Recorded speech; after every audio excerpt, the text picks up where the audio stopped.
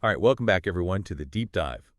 So today we're diving into some pretty major market action and something that's been making headlines. Yeah, it's hard to miss. I mean, gold prices, right. We're talking record highs as of today, March 19th, 2025. Exactly. And we've gone deep, looked at reports from bullion dealers like JM Bullion, APMEX, places like Bullion Vault, Trading Economics, Monex, all the big names. We even looked at what's happening over in the UAE with sources like UAE Gold Price, Gulf News, Good Returns, GoldTrade.ae, getting a global perspective. Yeah, it's been fascinating to see how consistent the data is, especially when you consider how many different sources we pulled from.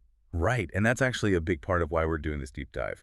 We want to see what's really driving this surge in gold prices, what it means, for people like you listening. Absolutely, because gold hitting these levels, it's not just a number on a screen. It tells us a lot about what's happening in the world, in the markets. So let's just start with a snapshot. What's the current price of gold, like right now as we're recording? Well, as of right now, if you look at the US dollar price, it's consistently trading above $3,000. Doesn't really matter which source you look at. JM Bullion has it at 3,050.57, Bullion Vault 3,036.57, Trading Economics 3,037.32, APMEX 3,056.40, Monex 3,005. So, there's tiny variations, but the message is clear. Yeah, those small differences are probably just down to like timing and premiums, right?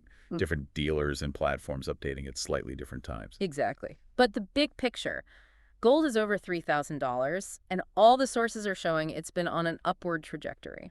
And it's not just a dollar story either. Over in the UAE, 24 karat gold is pretty much rock solid between, let's say, 360 and 366 dirhams per gram.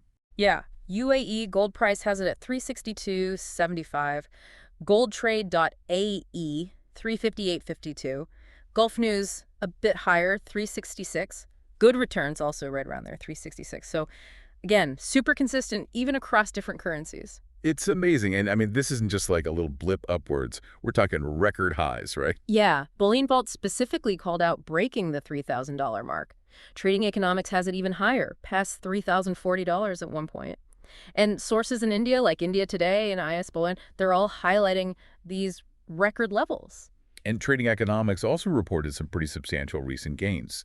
3.26% monthly increase, 38.95% yearly increase, 15.77% year to date. Those are some big numbers. Yeah, no doubt about it. The market is clearly in a bullish mood when it comes to gold. But wait, hold on. Didn't LeaveMint mention something about some price dips in India? They did. They reported short-term fluctuations like a 1.86% drop week on week and even 3.37% down over the month. APMEX also shows it's only up 0.16% in the last 24 hours. So even with the overall trend being so strong, there can be those localized variations. Absolutely. Important to remember that markets are complex. But overall, yeah, the sentiment is bullish. FX Street talked about an intact bullish bias, and TradingView's analysis is also pointing towards upward momentum. So bullish sentiment, consistent price increases, record highs. What's driving all of this? What's behind this gold rush? Well, there are a few key factors at play here, and it's a bit of a perfect storm, really. First, you've got the geopolitical uncertainty, which is, never good for feeling secure. Right, like what's happening in the Middle East right now. Exactly. You've got the ongoing Israel-Hamas conflict, and then the U.S. strikes on the Houthis in Yemen.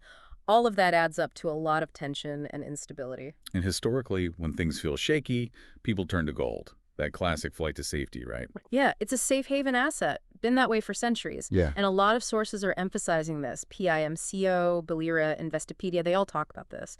When the world feels risky, people want something that holds its value, and gold has a reputation for doing just that. Okay, that makes sense. So geopolitical uncertainty is pushing people towards gold, which increases demand, which drives prices up. But is that the whole story? Not quite. Another big piece of this puzzle is the U.S. Federal Reserve and their monetary policy. The Fed, what do they have to do with gold? Well, their decisions on interest rates have a huge impact on the entire market, gold included. And right now, everyone's on edge waiting for the Fed's next move, especially with the FOMC meeting coming up. So what's the connection between interest rates and gold? There's an inverse relationship. When interest rates are low, holding gold becomes more attractive because you're not missing out on as much potential interest income by holding a non-yielding asset like gold. Interesting. So if the Fed lowers interest rates, as many expect, it could push gold prices even higher. That's the thinking. Goldman Sachs, for example, they're predicting a couple of rate cuts this year and believe it could push gold towards $3,100. Wow. And they're not alone, are they? Nope. PIMCO is also watching real yields closely, which are influenced by Fed policy.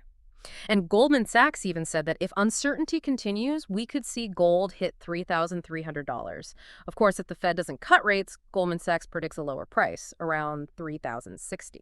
Okay, so we've got geopolitical uncertainty, we've got the Fed's potential moves. But what about the actual supply and demand for gold? Is that playing a role too? Oh, absolutely. Goldman Sachs actually increased their gold forecast because of the surge in demand, particularly from central banks. Central banks are buying up gold. Yep.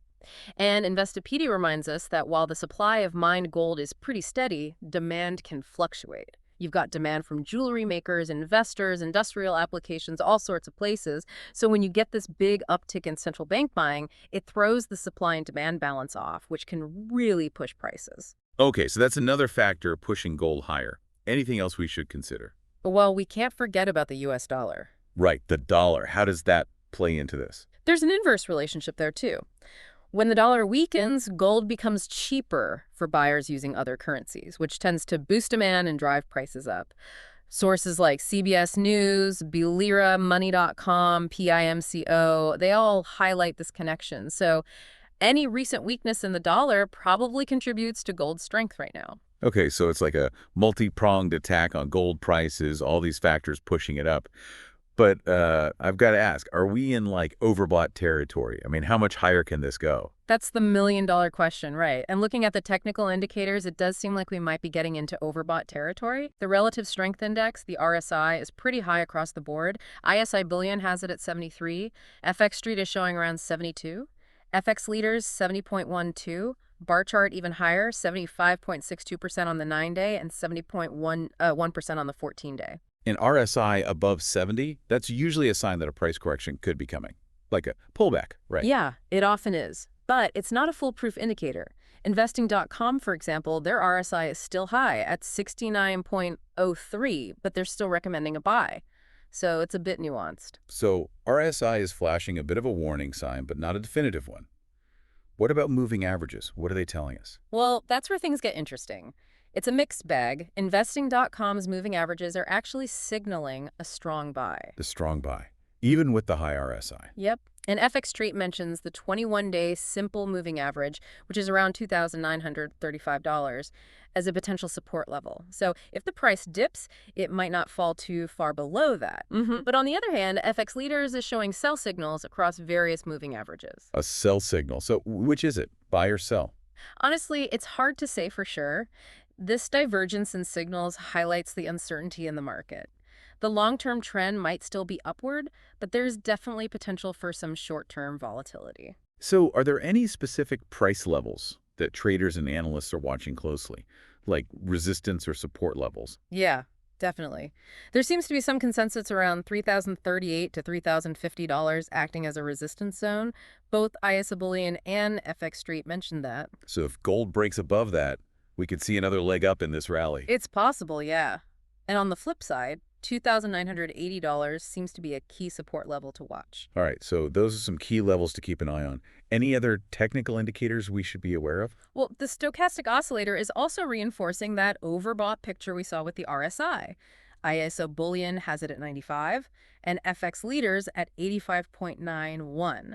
Again, suggesting that the market might be due for a breather. Okay, so lots of signals pointing towards a potential pullback, even though the overall sentiment is still bullish. So what are the analysts saying about where gold might go in the near future? Well, Trading Economics is forecasting gold around 3,021.59 by the end of the quarter, and even higher, 3,139.13 in 12 months. FX Empire is super bullish, talking about a potential move above $3,200 in April and a long-term target of $8,000. $8,000. Wow, that's optimistic. Yeah, it's a pretty bold prediction. Goldman Sachs, meanwhile, is targeting $3,100 by the end of the year, with that potential for $3,300 if uncertainty continues. And Light Finance is eyeing the $3,065 to $3,058 range as the next resistance zone. So a lot of different forecasts, but most are pointing upwards. Are there any dissenting voices? Well, one analyst at India Today suggested taking some profits now and waiting for a potential dip to buy back in. Sort of a buy low, sell high approach. Smart advice. So there you have it, folks. Gold is at record highs. It's a combination of global instability, economic policy anticipation, safe haven demand, and the usual market dynamics. Right. It's a fascinating story that highlights how interconnected everything is. Absolutely. And for you, our listeners, this deep dive is really about illustrating how those global events impact your financial lives. The price of gold, it's not just some abstract number. It reflects real-world events and how the market is interpreting them. Exactly. And that leads us to a final thought, something for you to consider. All these factors driving gold, the geopolitics, central bank actions, currency movements, they're not just impacting gold, they're impacting everything. So, are there other safe havens out there, other assets that might behave similarly to gold in times of uncertainty? Maybe. That's for you to investigate. Think about how these same forces might be influencing other parts of the financial landscape. What opportunities or risks are out there? That's the real deep dive. Thanks for joining us on the deep dive. We'll see you next time. Take care.